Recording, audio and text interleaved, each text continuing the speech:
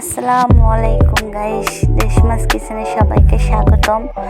তো আমি আজকে আলু দিয়ে গরুর মাংস ঝোল করছি, সেটা দেখাবো।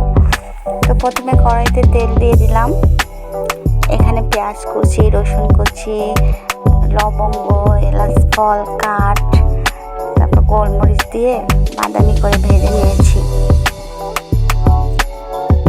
তো ভাজা হয়ে গেলে এখানে আদা বাটা, রসুন বাটা, পেঁয়াজ বাটাও দিয়ে দিলাম।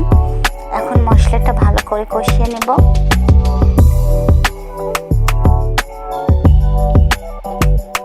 মশলাটা ভালো করে কষানোর পরে এখানে লবণ, হলুদ, ঝালের গুঁড়া, ধনিয়া গুঁড়া, জিরা গুঁড়া, গরম মশলার গুঁড়া দিয়ে ভালো করে আরেকটু কষিয়ে নেব।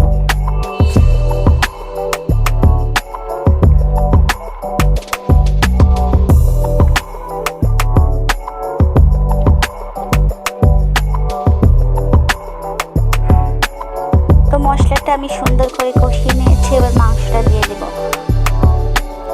মাংসটা দিয়ে এখন সুন্দর করে নেড়ে দেব।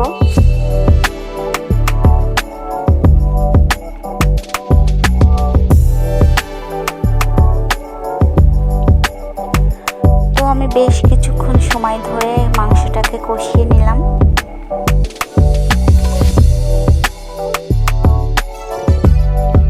এবার কিছু আলু দিয়ে দিলাম।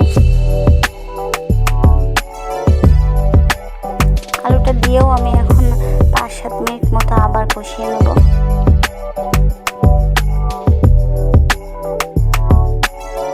তো মাংসটা আমার কষানো হয়ে গেছে, আমি এখন মাংসের মধ্যে গরম পানি দিয়ে দেব।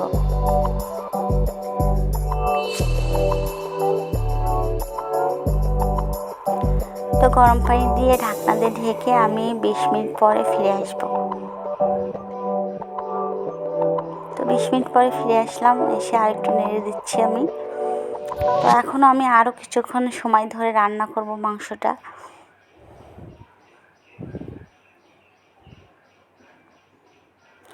মাংসটা প্রায় শেষের পথে রান্না। তো এইভাবে আলু দিয়ে, বড় বড় করে আলু দিয়ে গরুর মাংস ঝোল করে খেয়ে দেখবেন, খুবই মজা হয়।